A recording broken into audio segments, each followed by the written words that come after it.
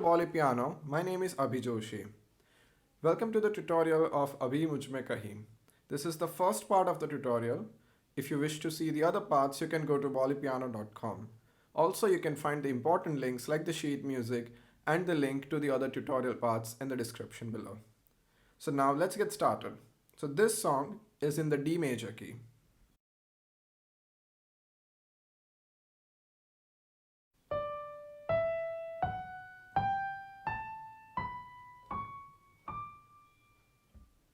Okay, and the most important chords, the most often chords you can see is D major,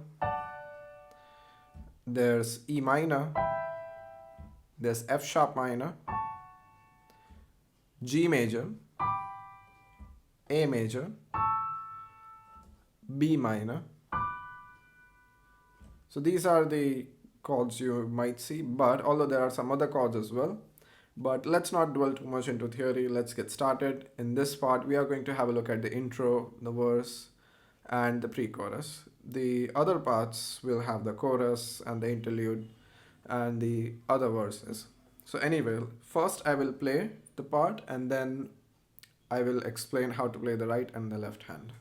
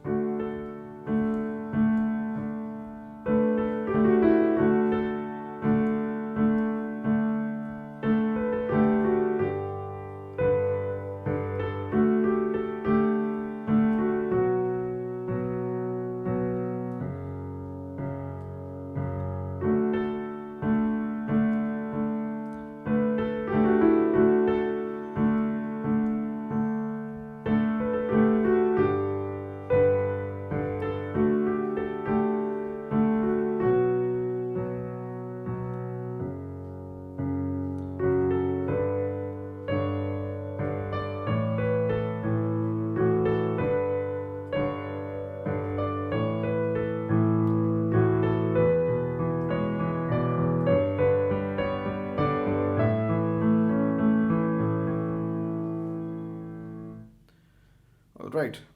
So first of all, this song is in 7 beats. And to be honest, I was listening this song since so many years. But I'd never played it before making this tutorial. And it was quite a surprise for me that this one was in 7 beats. It always felt 4 beats to me, but then when I start preparing this song for this tutorial, I figured out it's not 8 beats or 4 beats, it's 7 beats. So it can be challenging for you to understand 7 beats, and it could be your first song that you're about to play in 7 beats, but it's not that difficult if you think about it. So 7 is more like the groups of 3, 2, and 2. So try this with me. You can hold the D major chord, D, F sharp, A, or just the D and A, 1 and 5, and count with me. 1, 2, 3, 1, 2, 1, 2, 1, 2, 3, 1, 2, 1, 2.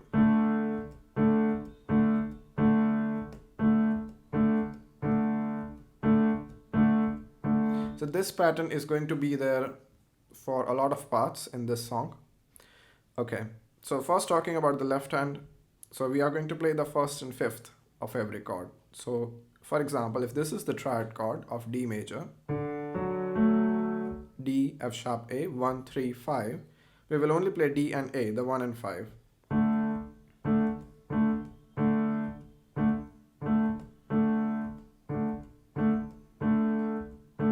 Going to G major. So it's not G major chord because you're not playing the third, so it's like the G fifth chord.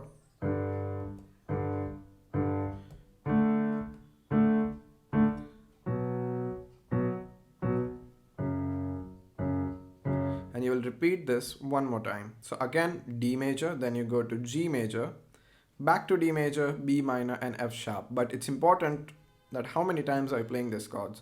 So now I will play the right hand and try to focus on how I'm playing the left hand, how many times I'm repeating the chord.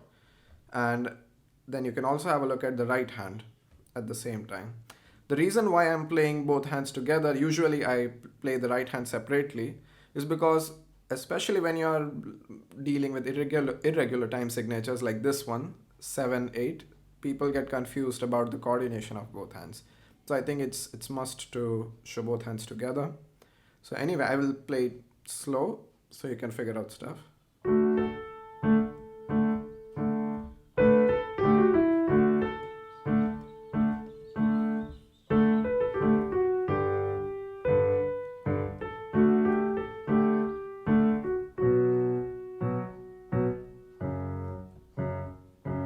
And this same segment is repeated one more time before we enter the pre-chorus. So pre-chorus goes like this. We will play the G and then A. And this is a really good technique of building up the hype for chorus. So the G major is the fourth chord, which is also known as the subdominant, and A major is the fifth chord, which is the dominant. And the subdominant and dominant have a very strong pull towards the tonic chord, the D major. So in general, if a song is in D major key like this one, when you play G major, A major back and forth, or if you just keep playing A major, you will feel that, oh, something is coming up, something is coming up. So something like this.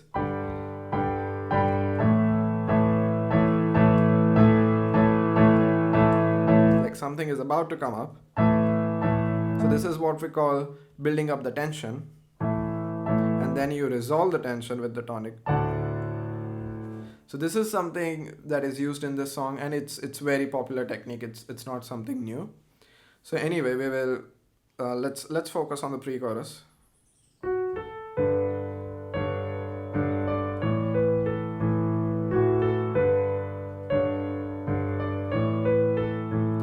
And now here there is E major chord.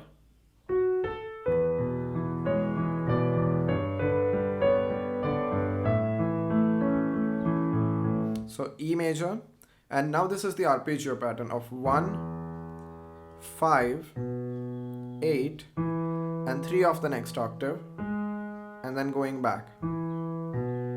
Now if you are used to this arpeggio, maybe initially you will play something like this. But keep in mind, this is for 4 beats, but this is 7 beats. So 1, 2, 3, 4, 5, 6, 7. And then moving to next chord. So it will be a little tricky because you are not playing for 8 beats. And then there was this G major and finally A major. And the same arpeggio pattern, 1, 5, 8, 3 of the next octave, and then going back, 8, 5, 1. So this was the pre-chorus, and I hope you enjoyed it, and see you in the next part. You can go to bollypiano.com for the next part, as I just mentioned earlier. Thank you so much for joining, and see you in the next part.